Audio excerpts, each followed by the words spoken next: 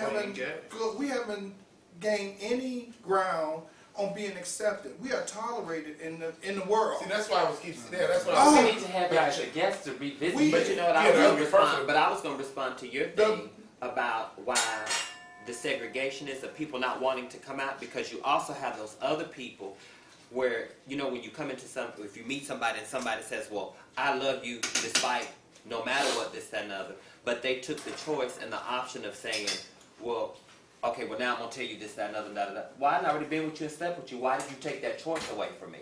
Right. And then that's where, sometimes that's where I think that hostility comes in. Well, you know, because you run into some people, because I know when I mentor some of the people at Aid Atlanta, a lot of the young girls, they say, well, it happened to me and this, that, and other, so this is what happened to me and this, that, and other, and they don't want to take accountability, so I'm just on somebody else. But no, the accountability is on them, though, and I tell people, like, you are responsible for yourself. Right.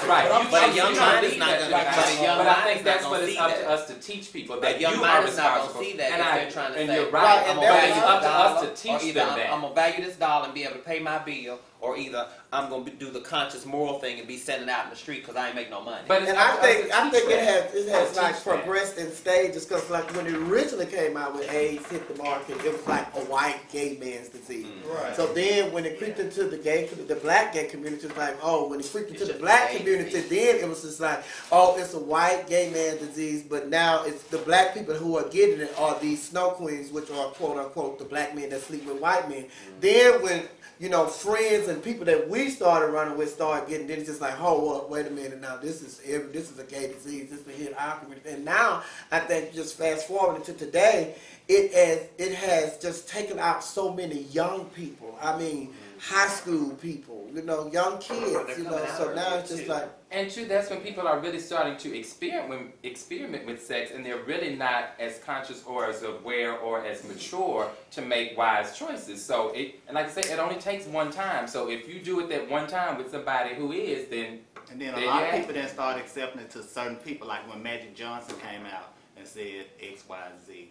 So they latched on. And even with that, it wasn't a gay thing in Africa when Oprah had that guest on, she was a female, and she says, I don't like for you to say that just because you have money or just because I'm successful that your life is better. My life is not better because I still don't have the same choices as the regular person who does not have the wealth, the fame, and it's the same thing. They still across the board still having those same issues that somebody who has the lavish lifestyles and they think it's different. Right now, what was it? Oprah saw it. She got it. I didn't say that again. That was about the woman whose husband gave her AIDS. Yeah, right. Oprah had made the comment. She says, "Well, it's probably easier for you to deal with, you know, you being HIV or whatever the case may be because you have money, you have a good support system." And she says, "No, it's not." Right. She said, "Just because." No, that's not what she was saying. That was another. She was saying that she could be, you know, because Michael Jordan. No, not Majic Johnson. She keep bringing up Majic Johnson to regular folks. So she was like, no, she was regular. She was regular.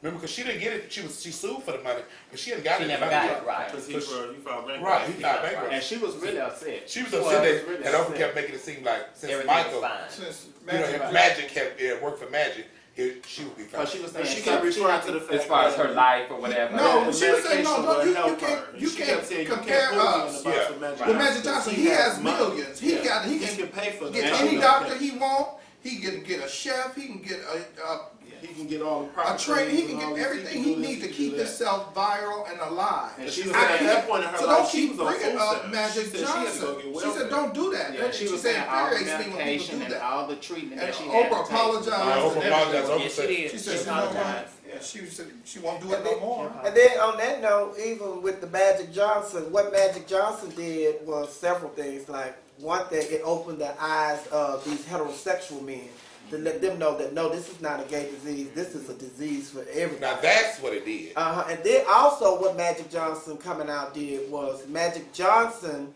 you know, he opened their eyes, and then since Majic Johnson has, you know, been dealing with it for so long, a lot of people, you know, as time went on, the seriousness of the disease, they didn't take it that serious no more because they looked at Majic Johnson like, oh, Majic Johnson got it, and Majic Johnson been having it for 10, 15 years, and he's still alive, so it's not really killing people. So they're going back to their old habits because they feel like, well, if Majic Johnson can live with it, then I can live with it too if I happen to get it.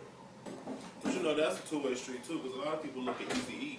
He had AIDS, and he was gone within like 6 months. He was what was the actor? So a lot of people. And that was right at the beginning, though. But That was right at the beginning. But it wasn't disclosed about Eazy-E until his death. Right. Yeah. But even more so, it was in the beginning, so they probably didn't even know what it was, I'm sure, right away, because that was in the 80s that he died. But no, remember Dynasty, the actor that kissed what's her name? He kissed her on the set, and then he found out that he was HIV. Was it Rock Hudson? Yeah. You know, he brought it out to the world and made them more aware, and that was before Majic Johnson and everything. Right, but that, even with that, that kind of like... Then that's when his sexuality came out too, though. Right, exactly. And that changed a lot because that changed a lot too when they found out that he had it. Because then it was just like, whoa. Yeah. That's when the lawsuit they come out. You can sue somebody because that's like attempted murder if you know you are HIV positive. You don't disclose that to somebody that you're sleeping with. So that kind of hurt. Started all but that. But kissing, but then they said that you can get it from kissing. But this was the beginning stage. They didn't know all that. They didn't know. They thought it was in your tears and your saliva, your sweat. They didn't know. And to this day, they do say that it's a small percentage. Remember how Janet? Saliva, but remember when Janet kissed Tupac and she had a fit? Remember? And what was that? Poetic Justice. It was a big old blowout because What she have a fit for? Because he was nasty. She just swore up and down. He was nasty. was she kissed? She kissed that wrong for. time to rub it. If this I'm sure that was in the script. But the reason why I didn't say anything, Page or 72. you all talking about Kiss. AIDS. You know, the topic is about AIDS, and it seemed like it was a lot of times that people were making comments about us and our wedding, and two men getting married or committing themselves to one another. They would always bring up the topic of AIDS. It seemed like somewhere in Well, people do that with gay people all the time. exactly anything you talk that to, doesn't here matter, comes married or not. the AIDS. Everybody wants to bring that in, and so that's why your topic is about AIDS and all that. So, but when it comes down to AIDS, yes, we have made some grounds because it's gone global and it's in everybody's family, white, black. Everybody has touched it or experienced it in some kind of way. But when it comes down to the marriage, that's another topic. No. Well, I don't think the topic was really AIDS. The topic was just homosexuality. So what you said was really, It was that. Yeah. really the topic. That's what I really wanted to hear. Yeah. The point, because the topic was Really how much homosexual. has been Changed. changed. Period. We're just tolerated more. With So you don't think rules and it's changed, conditions. it's tolerated. That's a good. That's a good.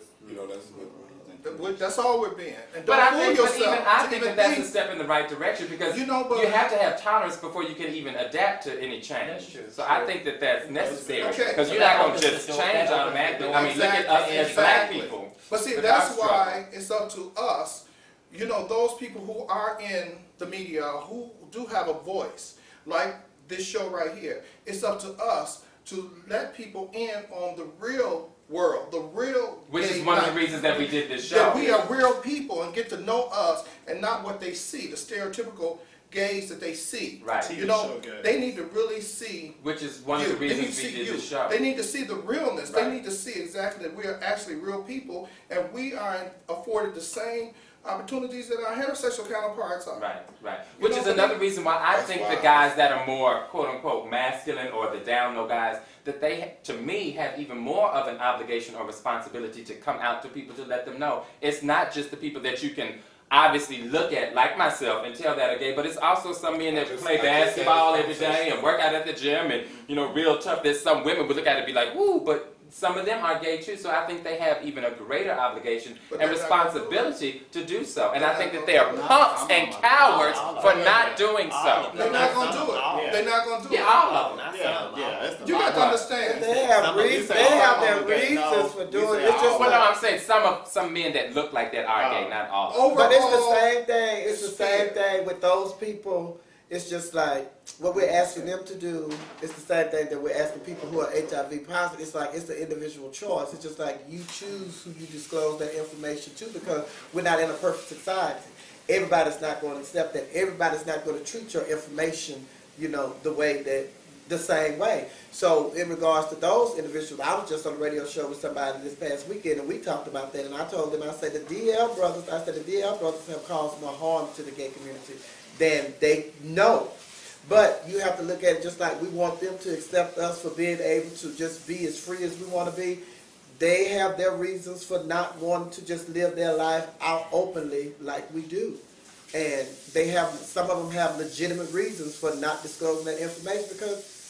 And I'll be the first one to admit that maybe I'm not mature enough in that area, but I think that that's a pop-out and I don't accept that. And I wouldn't compare somebody being HIV positive to somebody being down. But I I'm think trying to those are two find out, totally how do different you things. find somebody, how do you say that they have a legitimate reason to not be themselves and live their truth? Because especially if they want to date. Because we live in a world where your whole survival, your job can be taken, and that's how you maintain your living. You know, by making a living, working. So if you disclose that information to certain individuals, you probably end up out of work.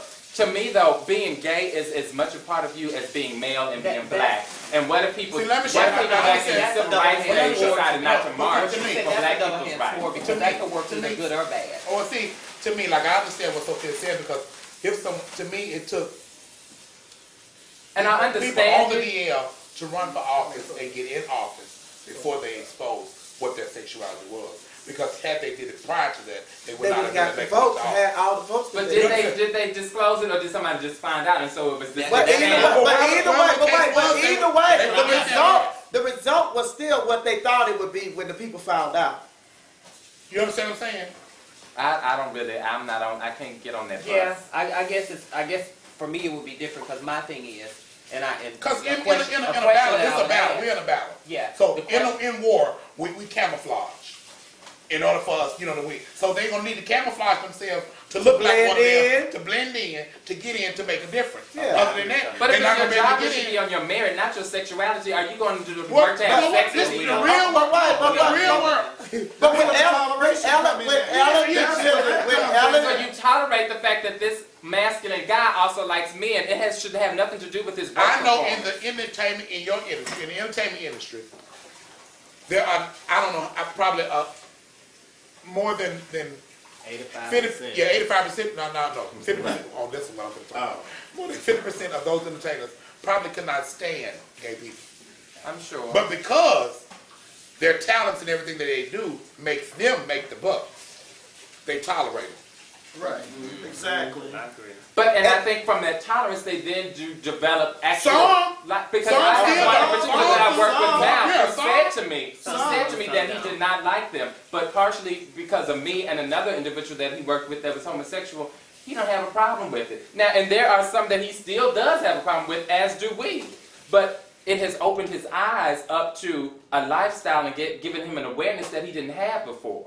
But to a certain extent, Coretta Scott King had a problem with us. But before she died, she accepted us too. And that's the problem that, Julian Bond, I think that was the representative, had a problem with going to Eddie Long's church where they held her funeral because of her views, towards the end of her life, towards homosexuality and his views towards homosexuality. And I'm not expecting, and I can see that, but I'm not expecting anyone or for a person to necessarily be born with just accepting any one thing that that makes them uncomfortable. But you should at least be open enough to develop an understanding for it, have some tolerance, and then be able to be accepting of it. So do you think people choose to be gay, or are they born? I think they're born that way. We're going.